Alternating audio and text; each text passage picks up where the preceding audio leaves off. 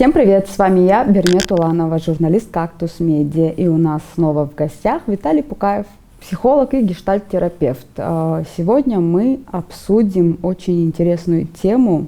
Смотри, я очень часто на тренингах по гештальту или еще где-то слышу, читаю выражение «говорить словами через рот».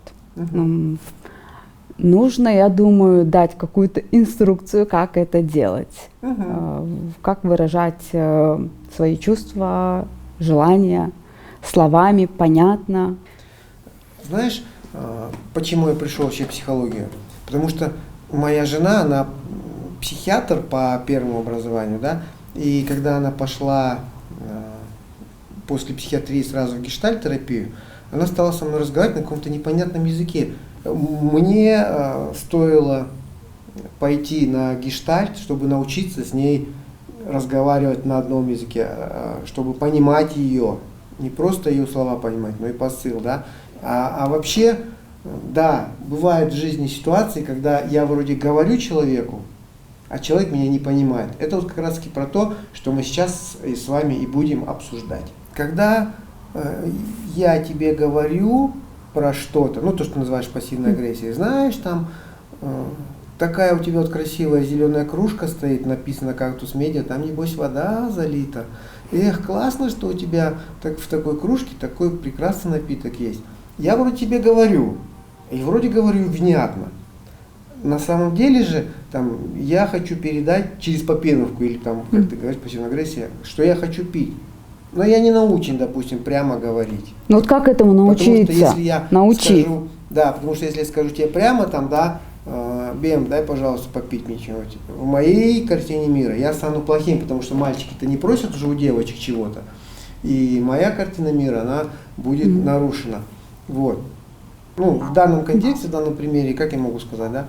Бем, ты знаешь, я очень хочу пить, и мне бы хотелось испить твой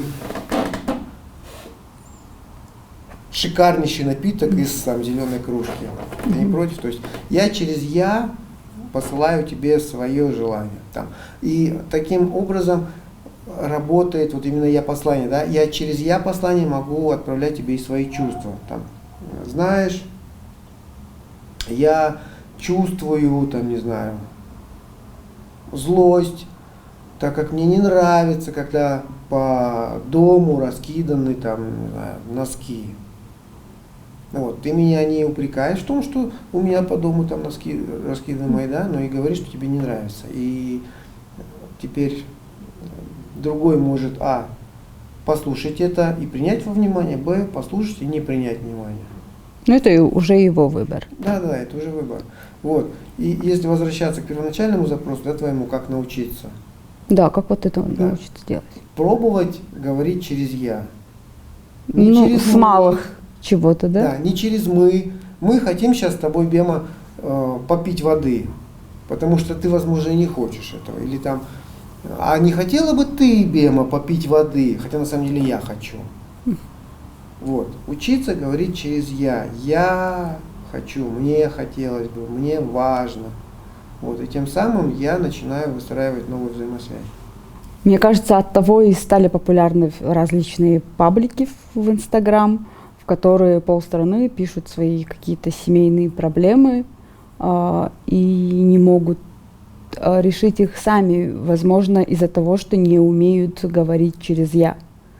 Да, понимаешь, тут же и весь прикол в том, что в моей-то картине мира я с тобой говорю ровно, ну, не знаю, допустим, да, я думаю, что я говорю мягко и там приятно и хорошо, я так думаю, а со стороны этого, ну ты что опять приперлась так поздно, где ты вам приготовила, что не приготовила еду, где дети твои, почему там дети уроки не сделали, вот, и соответственно ты-то пугаешься на мою речь и на мои претензии, а у меня в голове я ля-ля, то есть очень нежно говорю, и как раз таки, но если ты мне не озвучишь, что Виталь, слушай, мне не нравится, что ты на меня сейчас кричишь, мне не нравится там то-то, то-то, что я этого там не хочу слышать, тогда, возможно, я услышу и там включу диктофон в следующий раз при разговоре с тобой, ну, чтобы посмотреть, хотя бы реально так или нереально.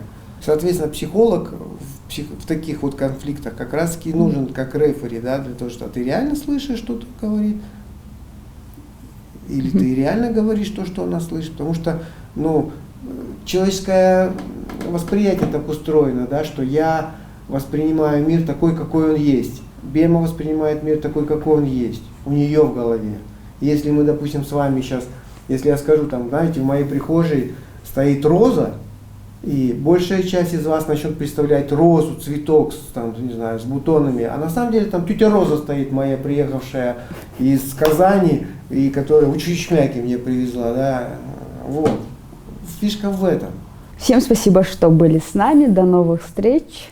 С вами был Виталий Пукаев и я, журналист «Кактус Медиа» Бермет Уланова. Всем по интересующим вопросам пишите к нам вниз, в комментарии. Мы обязательно на все вопросы ответим. Пока-пока.